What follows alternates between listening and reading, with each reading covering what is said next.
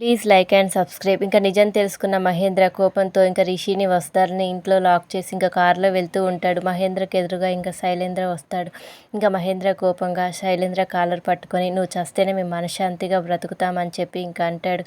నువ్వు రాక్షసుడివి అని చెప్పి ఇంకా మహేంద్ర శైలేంద్రని అంటూ ఉంటే నువ్వు నన్ను అంత మొందిస్తావా? నీ వల్ల కాదు కదా, ఆ దేవుడి వల్ల కూడా కాదు. నిన్ను వసుధార రిషి అందరినీ అంతమొందిస్తా నేను వస్తుంటే నువ్వు తగిలేవని మహేంద్ర రౌడీల చేత కొట్టించి కిడ్నాప్ చేస్తాడు. మహేంద్ర కుర్చీలో కట్టిపడేసి ఉంటాడు.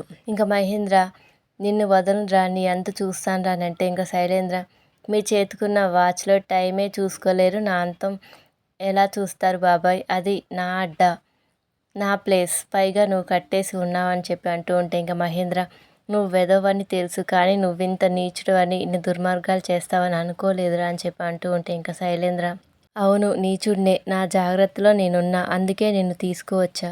రిషికి నిజస్వరూపం తెలిసిపోయింది, అయినా నీకు నిజమేలా తెలిసింది అని అంటే ఇంకా మహేంద్ర జగతి పోతూ పోతూ నీ పాపాల చిట్టా మొత్తం ఒక లెటర్లో రాసింది అని చెప్పి అంటూ ఉంటే ఇంకా శైలేంద్ర ఆ లెటర్లో కొన్నే ఉన్నాయి బాబాయ్, ఇప్పుడు నేను నీకు చెప్తాను విను. రిషిపై అటాక్ చేయించింది, కనిపించకుండా పోయేలాగా చేసింది నేనే, నీపై అటాక్ చేయించింది నేనే అని చెప్పి అంటూ ఉంటే ఇంకా మహేంద్ర నాకు అన్నీ తెలుసు, కానీ నీకు తెలియాల్సింది ఒకటి ఉంది, చెప్తాను విను అంటే మను కన్నతల్లి అనుపమ కాదు జగతి, రిషి మను కవల పిల్లలు అనగానే ఇంకా శైలేంద్ర ఏంటి బాబాయ్, నేను షాక్ ఇద్దామనుకుంటే నువ్వే నాకు షాక్ ఇస్తున్నావు అని చెప్పి అంటే సరే ఇప్పుడు నేను చెప్పబోయే విషయం నాకు తప్ప ఎవరికీ తెలియదు, జగతి పిన్నికి జ్యూస్లో విషం కలిపి ఇచ్చి చంపేశాం అని చెప్పగానే మహేంద్ర కోపంగా ఇంకా ఉంటాడు.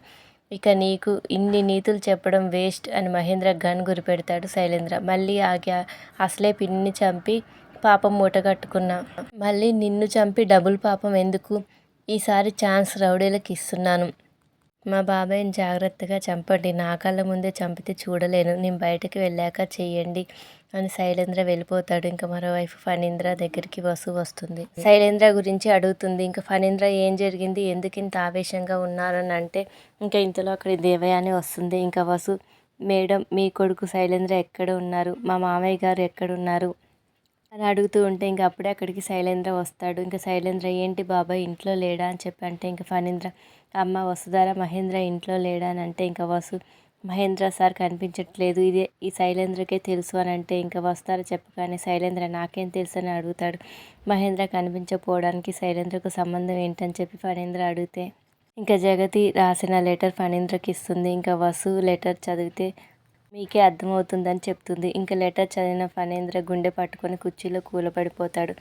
అసలు ఏముంది ఆ లెటర్లో, ఎవరు రాశారని దేవయాని అడిగితే జగతి మేడం అని వసుధార అంటుంది. అందులో మీది మీ కొడుకుది నేర చరిత్ర మొత్తం ఉందని వసుధార అంటుంది. ఇంకా ఫణీంద్ర దేవయాని ఏంటిది, అసలు ఏం జరుగుతుంది మన ఇంట్లో అని అంటే ఇంకా దేవయాని లేదండి అదంతా అబద్ధం, అంతా బూటకం, అదంతా వసుధారనే క్రియేట్ చేసింది, జగతి రాయలేదు, ముందు నుంచి ఆమెకు నేనంటే గిట్టదు అని అంటూ ఉంటే ఇంకా శైలేంద్ర ఆ లెటర్లో ఉన్నది అబద్ధం అంటూ ఉంటే ఇంకా ధరణి లేదు మావయ్య వసుధార చెప్పేది నిజం, మన ఇంటికి శని పట్టింది, కళ తప్పిందని మీరు అంటారు కదా, అది మా ఆయనతోనే వచ్చింది, ఇంట్లో జరిగిన ప్రతి దానికి మా ఆయనే కారణం అని ధరణి చెప్తుంది. ఇంకా చిన్నత్తయ్య మీకు ఈ నిజాలు చెప్పొద్దని నాతో మాట తీసుకుంది, అందుకే ఇన్ని రోజులు నేను చెప్పలేదు అని చెప్పి అంటుంది ధరణి.